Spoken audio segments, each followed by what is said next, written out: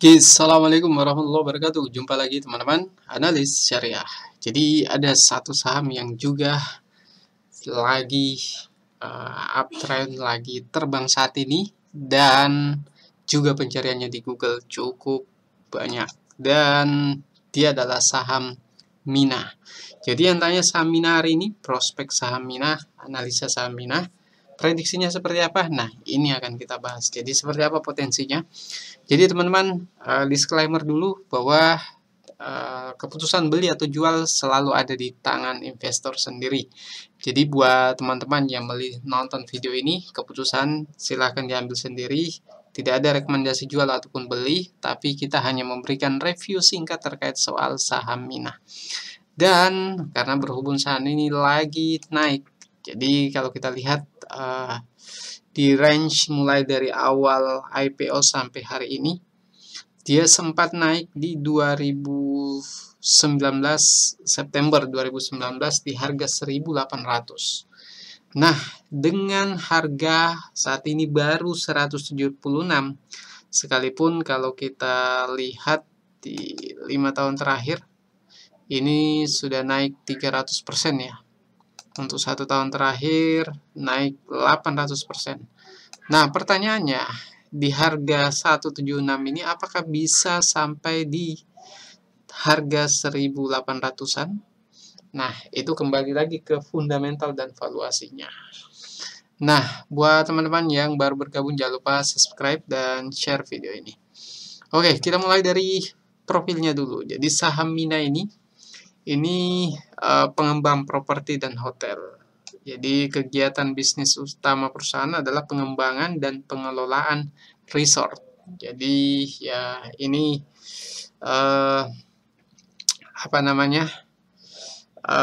tempat penginapan. Jadi fokus di tempat penginapan yang kita kenal dengan resort. Melalui anak perusahaannya PT Minapati Resorts, dan perusahaan terlibat dalam penyewaan pondok dan pembangunan resort di Bali seperti The Santai. Jadi The Santai ini bentuknya sebuah villa yang terletak di Sanur. Jadi itu dia bisnis utamanya ya.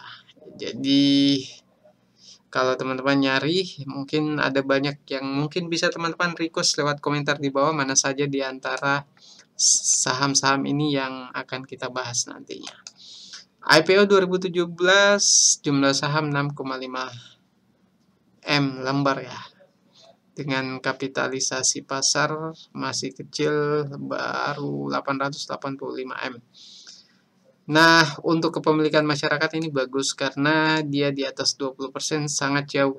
Jadi saham yang potensi untuk digoreng ini agak ya, sekalipun tidak sulit bagi pemilik dana, kalau sahamnya mungkin tidak terlalu liquid tetap bisa teman-teman. Tapi dengan awalnya dulu, jadi dengan kepemilikan masyarakat di atas 20% berarti itu baik.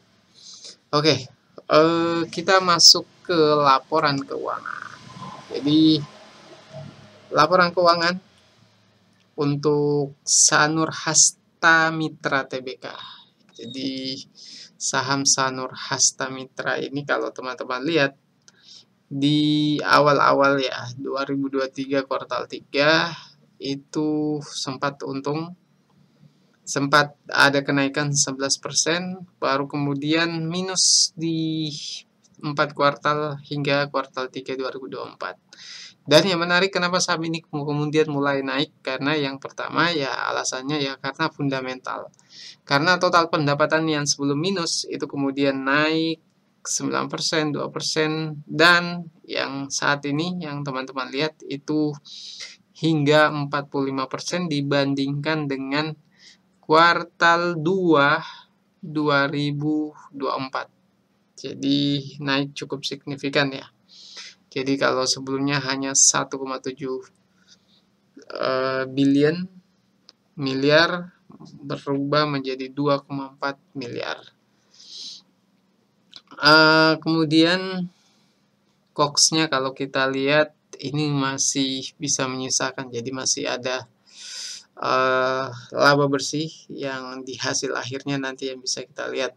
HPP-nya juga ini hampir 50% ya dari total penjualannya. Kemudian untuk total pendapatan netonya, pendapatan bersihnya sangat disayangkan. Jadi sangat disayangkan ini masih minus ya teman-teman. Sangat disayangkan masih minus, dan ini untuk 12 bulan terakhirnya ini sudah ada kenaikan ya. Jadi hanya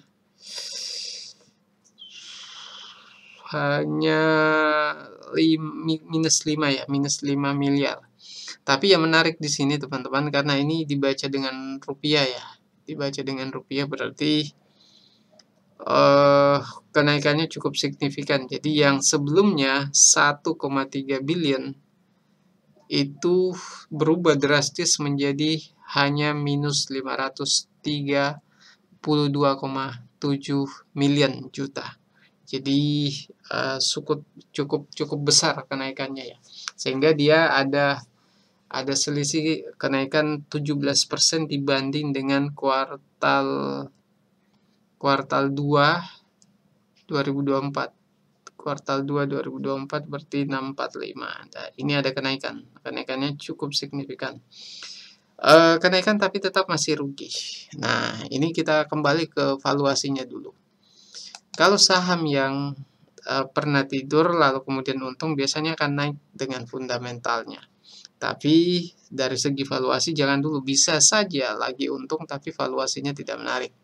Kalau di sini price to earning ratio-nya kosong di sini teman-teman, karena earning per share-nya itu minus ya, jadi tidak ditampilkan di sini. Kalau kita lihat price to book ratio-nya, wow, ini 6 hingga 11 mau 12, artinya nilai bukunya itu 11 kali lebih, harga sahamnya 11 kali lebih tinggi dari nilai bukunya atau book value-nya. Jadi kalau ini 176 berarti per lembar sahamnya, berarti nilai bukunya mungkin kalau 10 kali lipatnya bisa saja hanya 17,6 ya. Coba kita cek ya.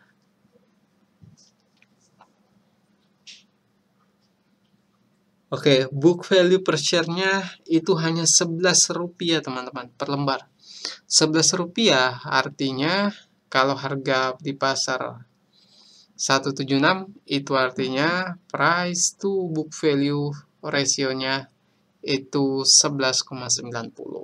Mahal atau tidak? Sudah pasti mahal. Karena nilai relatif itu kalau misalnya harga pasar 176 kemudian book value-nya juga 176, berarti PBV-nya di sini 1 kali. Itu harga wajarnya. Kalau 11 kali berarti 11 kali lebih tinggi harga pasarnya dibanding nilai yang sebenarnya. Jadi harga wajarnya ya secara relatif ya itu mungkin di harga berapa ya, 17 rupiah atau mungkin 20 rupiah lah mentok-mentoknya. Itu harga wajar relatifnya. Tapi kembali lagi ke valuasi, historinya itu di angka 1,1 sampai 4 ya. 1,1,4 atau mungkin kalau dia masih 2,5 masih mungkin teman-teman mau beli sahamnya ya masih bisa-bisa saja. Tapi kembali lagi return on equity-nya di sini masih minus dan minus. Artinya perusahaan tidak bisa menghasilkan laba dari modal yang dia miliki. Jadi dia masih minus. Artinya kinerjanya kurang baik, manajemennya kurang bisa menghasilkan keuntungan. Kalaupun bisa menghasilkan keuntungan, maka kembali lagi teman-teman, yang paling penting perusahaan itu adalah bagaimana bisa mengatur cost-nya. Jadi operating expense-nya bagaimana, kemudian HPP-nya bagaimana. Kalau ini tidak bisa diatur dengan baik, maka biasanya saham itu sekalipun untung, dia tetap akan rugi perusahaannya. Jadi kembali lagi ke kemampuan manajemennya. Kalau kita lihat, ya ini juga masuk juga ke pajaknya seperti apa, equity in earningnya seperti apa, dan faktor-faktor lain yang mempengaruhi. Jadi kalau kita lihat teman-teman, sekalipun untung, dia tetap dalam kondisi rugi. Dan secara valuasi, kesimpulan saya, saham ini sudah kelewat mahal. Tapi sekali lagi ya, ini biasanya ada yang komentar ya.